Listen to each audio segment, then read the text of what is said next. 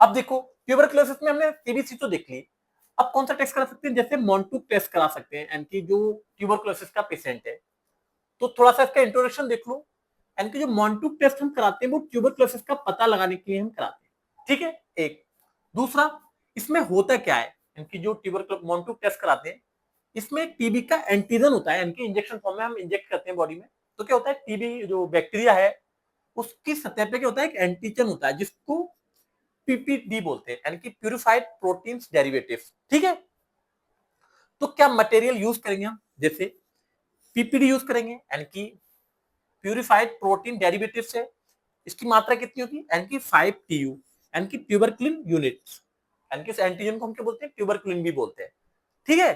1 ml वाली जो ट्यूबरक्लिन syringe होती है उसका हम यूज करेंगे, ठीक है। और इसका जो साइट्स कैसे यूज करेंगे, ऐसे इंट्रावीनस है, इंट्रामस्कुलर है, तो हम इसको इंट्राडर्मल यूज करते हैं, यानी कि जो मॉन्टूक टेस्ट करते हैं तब, ठीक है।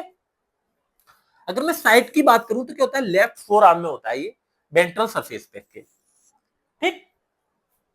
डोज की हम बात करें तो कितना रहता है, यानी कि मॉन्टूक टेस्ट हम जब कर रहे होते हैं तो उसकी डोज कितनी रहती है, यानी कि 0.1 ml तक, ठीक है। या पीपीडी भी बोल सकते हैं, पीपीडी मतलब प्यूरिफाइड प्रोटीन डेरिवेटिव।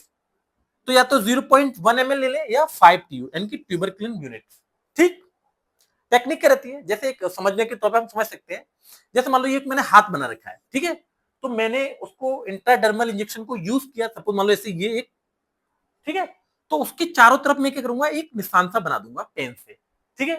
फिर क्या करेंगे, उस पर स्वेलिंग होगी, रेडनेस होगी, क्यों होगी, क्योंकि जो टीबी का एंटीजन है, अगर मान लो किसी को टीबी हो रखी है तो टीबी के बैक्टीरिया के अगेंस्ट क्या होगी, एंटीबॉडी बनी होगी, और वो एंटीबॉडी क्या करेगी, इस एंटीजन के अगेंस्ट क्या करेगी, यानी कि ये भी क्या है ना, टीबी के बैक्टीरिया से ली गई है, तो उसके अगेंस्ट क्या रिएक्शन करेगी, जिसकी वजह से क्या होगी, स्वेलिंग हो जाएगी, रेडनेस हो जाएगा।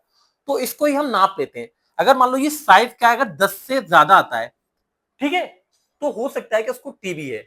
अगर मान लो ये 15 से ज्यादा आ गया, 15 या 15 से ज्यादा हुआ, तब क्या है, इसको लगभग लगभग टीबी हो सकती है, तो और टेस्ट हम करा सकते हैं।